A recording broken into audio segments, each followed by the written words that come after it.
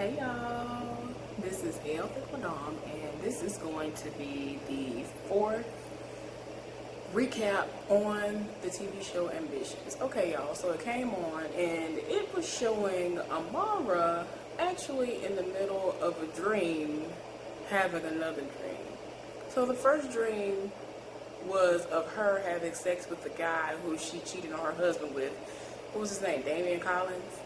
I mean, she was, because at first when it came out, I was like, okay, she is setting it, she's doing the most with her husband. And then she goes on to be like, oh, Damien, or whatever she said. And I was just like, girl. So she woke up, right? Or so we thought. So then she wakes up, Titus is not in bed, and so she's checking his phone, and Stephanie has sent him a message, and of course, since he's not there, and he goes by fingerprint recognition in order to open his phone up. She's looking like, okay, Titus, where are you? And went all through the house. And then when she went downstairs to the living room, they are having sex on the floor.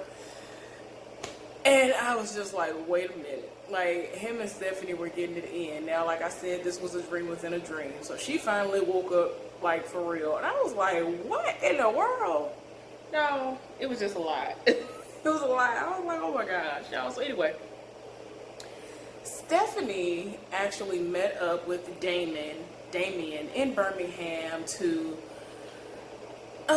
proposition him. And of course, it's to get into his ear so that he in turn can get into Amara's ear and panties and everything else in between, because she knows of their affair. And of course, this is something that is going to benefit her. So she's like, look, you need to do this. She's done some digging, and she knows about the case that the both of them did back in Birmingham that landed somebody in jail. And it's like, apparently the methods that they went about it, or at least him in general, it was just in a way that it wasn't by the book completely. So somebody's in jail, and it was a really, really, really big case. It's like the biggest win that they've actually had, and so, you know, they're looked at as gods since that case has happened. So anyway, you know, she was like, look, I'm coming here because I want to offer you a job. And so he was like, you know, I have a job, I'm fine where I'm at, whatever. And so he was about to leave, and then, you know, that's when she actually had him to explain, well, she asked him to explain what happened with that case, you know, the big case and all that other stuff. And, you know, apparently he planted evidence. And even though the person apparently is really, really bad and they deserve to be off the streets, that particular thing was something that they didn't do. Or if they did do something, it wasn't that. You know what I'm saying? But, you know, for him to go to the length of actually planting evidence, that was a lot. He did the most, y'all. So, yeah, she was like, look, for me to not mess your life up, you're going to do this for me. Now, you need to get back with me within a certain amount of time to let me know if you're going to be on board with this, because I need you to mess everything up between Amara and her husband.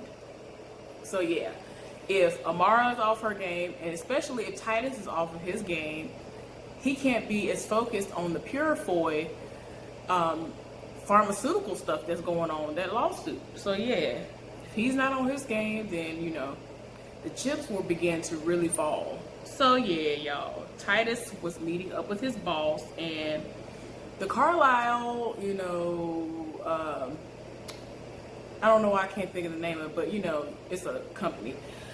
The lawyer, their office, it's Carlisle something. But anyway, they aren't settling. They're not backing down. And, you know, the boss was just like, you know, we need to think about bribing a judge, you know what I'm saying? And he had a specific judge in mind for it. And he was just like, look, the only reason why he took this job was because the actual medication that came out from his company was the only medication that got his mother to get out of bed. Had it not been for that, he would never have even joined them, because, you know, I think a lot of people know that there's a lot of good and evil not necessarily evil, but you know, the good and the bad that can come with any company that you work for. And he was just like, look, I'm just gonna do what I gotta do to stay clean. If they do what they do, that ain't got nothing to do with me. I'm keeping my hands clean. So I feel like he feels like he can be safe like that as long as he keeps his hands clean. But yeah, y'all. So he's been tasked with finding a way to bribe this other judge in order to putting this other judge on their case so that they have a really great chance of winning. And you know, you can tell he ain't here for it. So anyway, y'all, the baby mama Bella, Bella True, she keeps on calling the mayor. He will not return the phone calls for nothing. So she's actually with a client right now who knows her business. And if I'm not mistaken, I mean, I really might be mistaken. I think she is the line sister to Stephanie. But apparently she knows all of her business down to the point of she knows that she's been screwing the mayor and the baby is the mayor's and all this other stuff. So she was like, girl, forget him. Don't call him back no more. And you need to just give him that same energy that he giving you and all this other stuff. So they ended up showing her cell phone and how she has all these text messages to him, and then she hadn't started for that day. And she was like, stop ignoring me. And she actually sent the message. And I'm like, girl, go somewhere and sit down. Like, it's too much. You need to think of your child. Think of yourself and your child. Move on. Deal with him in another way, whatever. I would just expose him for being my baby daddy, and the chips would really fall where they may. And just hope I don't get killed in the process. Because you know how some of these people do the most. I mean, I know it's a TV show, but people do the most in real life too, so I'm just saying. Anyway, meanwhile at Thelma's place, Amara, she ended up coming to eat breakfast there. And you know that Rondell is, you know, cool with her, you know, and Rondell is talking to her and they're having a little moment, a little girl's moment. And then she kind of feels like, okay, like, are you actually coming here because you want to be cool with me and you actually like the food, or are you here to dig up information on my brother? Like, it's too much going on, y'all be doing the most. And so she was like, you know, I'm here because you know, it's like she kind of wanted that, but at the same time, it's like, I really do, I'm here for you, but I need to know some things. And so she was like, you know, I'm not giving her no information, so if that's why you're here, I ain't got time for it. Y'all, Stephanie popped up while they were in the middle of talking, and she was eating, and Stephanie was talking to her, and of course, she and Amara had an exchange of words, and she was looking for Rondell's daddy because, you know, he's actually the one who owns the place. So she was like, he ain't here right now, whatever. And y'all, it got to the point where he came from wherever he was at, because she was like, well, tell Senior I dropped by. She was about to leave, and he came from out wherever he was at and was like, you ain't got to worry about that. We're not selling. Whatever. And so Rondell was so happy to kind of throw that in her face that despite the fact that I don't own this business, we ain't selling. So I was like, girl, no. And you know what I'm saying, after she left, she thanked her daddy for not selling. And you know, Amara is actually interested in the Greg Peters information because she had no idea that there was a connection and what he's trying to do in their community. And so, you know, she was like, okay, yeah, I have time. You know, she basically made time for that situation. So she's there and she's giving her the lowdown on what's going on with Greg Peters. Oh, Lord, y'all. So tell me why the mayor's in the middle of having what seems to be a very important conversation when Stephanie texted him and she was going to be on her way up. And, you know, let her know that, you know, whatever was going on, like give him like a little download of what's going on. Amara went back to work with the information on Greg Peters, and her boss was very furious because once she realized what he was trying to do, like she was just like, we got to figure out what we got to do, and we need to know why he's so comfortable moving the way that he's moving, because he's acting as if he owns the mayor. Because you know, Rondell is the mayor's sister. What's his name? Evan and Rondell are brother and sister. And so it's like, why are you sitting up here? You just so comfortable and just popping up at this shop, threatening people. And, you know, she did mention that they are heavily speculating that the people who came and, did what they did when Rondell was there, that they feel like it was a scare tactic that was brought on by him to make her move, everybody leave and buy them out, scare them away so that they can continue to do what they're doing. So yeah, she finds like the boss finds that to be some interesting information that they can try to use as well and look into. Y'all, so Titus actually went and was talking to this judge about the impending lawsuit. And so he's talking to him, and he was actually saying all the right things. I was like, oh, okay, look at this, no corruption. Y'all, next thing I know, this man started patting him down like he was looking for a wire, because that's what he was doing. And I was just like, this is what we doing. Oh, okay. Y'all, he done patted this man down, and once he realized he didn't have a wire on him, he was like, I had this hole in my roof, and my wife's been bugging me to get it fixed, and we haven't found anybody that can do it. And he basically was like, if y'all can find a way to get somebody to come over here and fix this for me, I'm pretty sure free of charge, that he can somehow, persuade that judge to be the one to preside over their case. And you could tell, like I keep saying, that Titus ain't here for it. Anyway, the mayor and Stephanie are having their moment, and they're just talking about Greg Peters. Y'all, I just roll my eyes when I see them together, because it's just, the fake and phony is just too much. So they ended up having a press conference where Stephanie announced officially that they have indeed submitted papers so that they can actually file that lawsuit. Their lawsuit was filed, and it's a $500 million lawsuit. And people are like, do you think you really can win that? And so, she's very confident, y'all. Titus is there and angry as I don't know what. And he tried to make a little statement and moved on about his business. So, Stephanie is actually still trying to hope that she has one little ace in the hole in order to give her a leg up on the competition, which is Titus and, Purefoy, that company. Because she's still after Damian Collins, hoping that he'll be able to give her exactly what she's asking for. And y'all, she was in the middle of calling her little dude boy and was like, look, you need to go on ahead and release all this information I told you that we had on him that's proving that he is who he is and the things that he's done. As soon as she was about to tell him to pull the trigger on that, old boy rolled up, got in the car. And so she was like, you know what, scratch that, and hung up. And she was talking to him, and he was like, look, I may have bent the rules, but that person really need to be there, like I told y'all earlier, y'all. So he basically agreed to do what he was gonna do. And we eventually start to see how the transition from Birmingham, Alabama to Atlanta, Georgia is going to go for him, because he had a full-on job.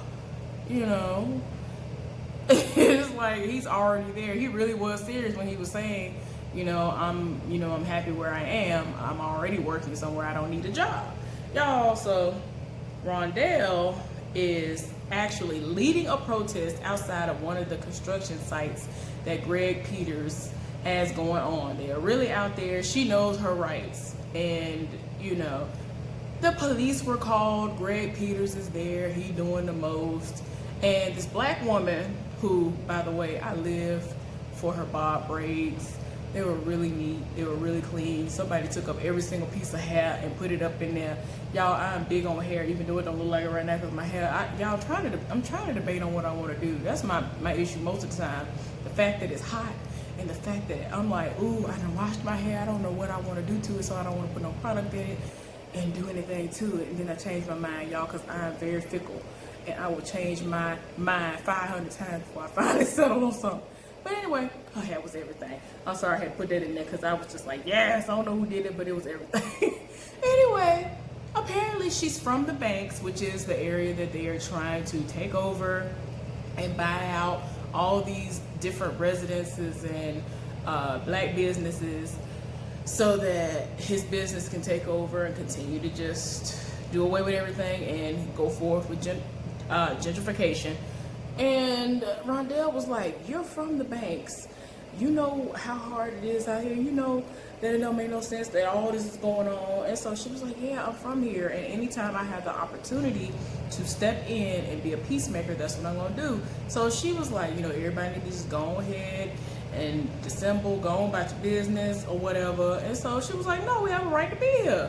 And they started chanting, "The banks is not for sale." And y'all, she was about to arrest her. And then one of the people who were protesting was like, "So you gonna really sit up here and arrest the man's sister?" And so they were like, "What, is this true?" Found out that she's the mayor's sister. And then, all of a sudden she knew the exact same laws and regulations that Rondell knew as far as where she could actually protest without having to worry about being arrested, because a lot of people are like, "No, this is private property." No, she was on the street, which he does not belong on. He does not own, I'm sorry. So who are you? I could be here all day if I want to. And they were out there protesting. They had these signs and everything, and they started chanting again, "The banks is not for sale." So anyway, the mayor finally met up with the baby mama Bella, and apparently he, found out that some pictures that had been taken. He knew of one, and so he asked, "Were there more?" She was like, "Yeah." And, he wanted to know the location and of when it happened and all this other stuff. And she told him, and, he was like, "Look, I told you I can't see you right now. It's just for right now." And that he was in his feelings basically about when he saw her boyfriend, the football player, and her having sex that night when he popped up, before he popped up on her. And she was just like, "Look," she was just like, she needs to be the football player, not him, and that she's just not getting what she wants from out of him, and that she feels as though he'll be the perfect fit and he loves her and he's there for her and all this other stuff, y'all. So anyway, Amara showed up to Stephanie's job, and she's there, and she asked to speak with her one-on-one, and she kind of refused. She was like, "Okay, well, we'll discuss it here." So she was like, "I just want to know what's going on between y'all and Greg Peters. What's up with Greg Peters? And I heard that he was using scare tactics to get the people to move out of the banks and all that." And so then, since she, kind of trying to play it off like she don't know what she's talking about, she was like, "Look, I'm just trying to give you a heads up about Greg for old time's sake. We are sorors and all the other stuff. And, I'm just trying to give you a heads up about Greg. I don't want you to sit up here and think you're working with somebody that, is halfway decent and he is very evil or whatever." And, she ain't really trying to hear that right now, but we gonna see if she gonna learn her. I feel like she gonna have to learn. She one of the people where you got to show her. You can't just tell her. She got to be seen. She has to see it for herself in order for her to know that it really is what it is. So anyway, back at Purifoy, Titus talked to his boss, and he was talking to him about when he met up with that judge, and he basically said, "I'm not doing it. That's not how I'm set up. I can't do it." Y'all, Purifoy gonna sit up there and say, "Well, it was a test and you passed." So he was like, "What?" Because Titus said it all the way off, was like, "That ain't me. I ain't doing it. I will submit my letter of resignation right now." And he was like, "Look, calm down, relax. It was just a test and you passed. I just want to make sure that I have people on my team that I can trust and who have integrity." I was just like, you doing too much. Anyway, y'all, so Bella baby daddy, the mayor, Evan, he y'all, he done set it all the way off. He done cleaned out the condo. Y'all know he paid that rent over there at the condo. She came home and he cleaned everything out. I was just like, "Sir," because after he talked to her and she was just like, "I'm gonna keep pursuing and doing what I'm gonna do," he ain't like that. If you don't do exactly what he wants you to do, he ain't here for it. He got a problem with it. So he was like, "Oh, well, I'm gonna take everything that I gave you away." I hate people like that. Don't give me something and then threaten me or take it back from me. If it's mine, it's mine. Don't give me something and then be like, "Oh, at any time I'm just gonna take it back because now you mad because you didn't get your way because I'm not doing what you want me to do." Especially if I'm grown and it's not like, I mean, I'm just saying, like, he did the most. And I'm like, in a way, I'm like, I'm 50-50 on it, because I'm like, yeah, that's your child's father, and he should be helping to provide everything that the child needs. But at the same time, it's like, girl, you don't want to set yourself up for this. You knew that he was married before you got with him, if I'm not mistaken. And even if you didn't, after you found out, you were still dealing with him. So I mean, that's part of your karma anyway. So whatever. So it's like, I can't really feel all too sorry for her, y'all. I think she sat up there and had the nerve to call 911. I'm like, girl, you know, didn't nobody come in and steal nothing. As soon as I got over the shock over the fact that all my stuff was gone, I would have been like, I bet Evan took my stuff. Cause you opened the door just fine, heifer. Why you sitting up there trying to? I think that she's just so much of a liar and master manipulated to the point of where she's trying to convince people that her things have been stolen, so that she can recover and just really have all of it in her name this time. So if something were to pop off, ain't nothing he can do about it, because it's actually hers this time. So I'm just like, ugh, just stop. Stephanie is trying to get this woman named Marilyn, who, like I told y'all earlier, I think she is the woman who Bella met up with at that day. And she's her line sister, and she's trying to get her to bring this power company to Atlanta. And it's going to bring like over 2,000 and something jobs there.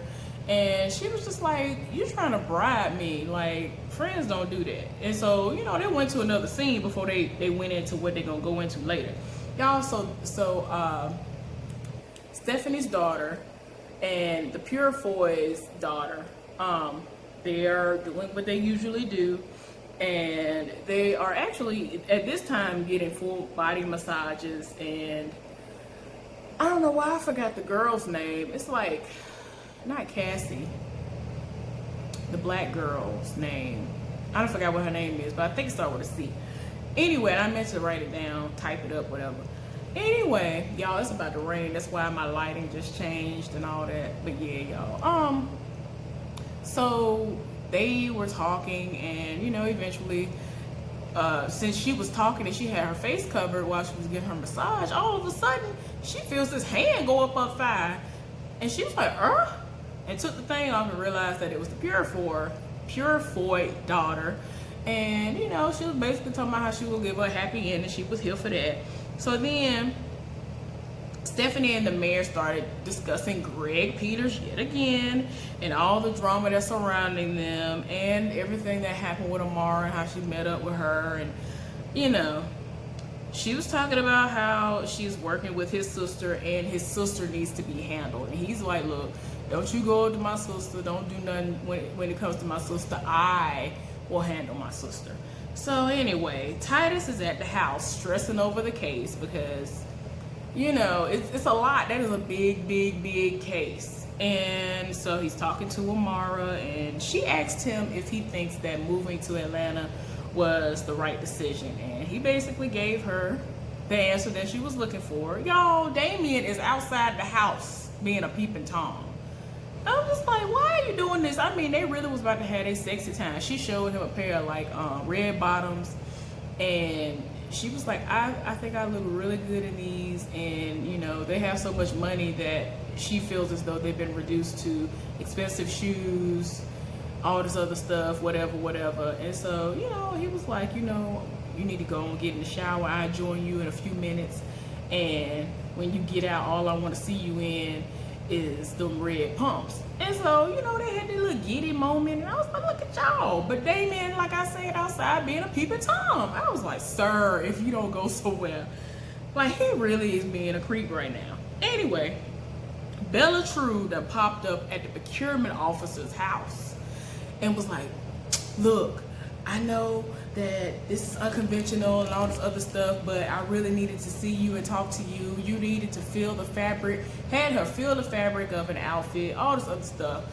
And y'all, I ain't even gonna lie, the packaging is very nice and all that other stuff. And so she was like, just think about it. I really want that space. I really need it. I know that I can bring in the revenue, whatever. Y'all, when she left the house, of course, Evan was in the closet and was like, who is that? And she was like, yo, mistress, side chick, or whatever it was. She said, y'all, tell me why, and it don't surprise me. He done sat up here, he at the procurement officer's house because he's there for his dominatrix appointment. he over here with what I guess is the straight and, you know, whatever version of Elektra over there about to get spanked, and he has all of this gear that is synonymous with BDSM and all that stuff, and I was just like, you doing the most. Anyway, y'all, that was the recap. I hope you enjoyed it, and I'm about to do 5 in a little bit and all that, so hopefully my electricity don't go out or whatever, because I want to upload it. Because last time, like I told y'all before, the reason why I was late on everything is because it took so long for stuff to upload, and I thought stuff was getting uploaded and it didn't, and an episode is missing, I think maybe of this actual, you know, TV show. But anyway, y'all have a good weekend, and I will see y'all on the next video.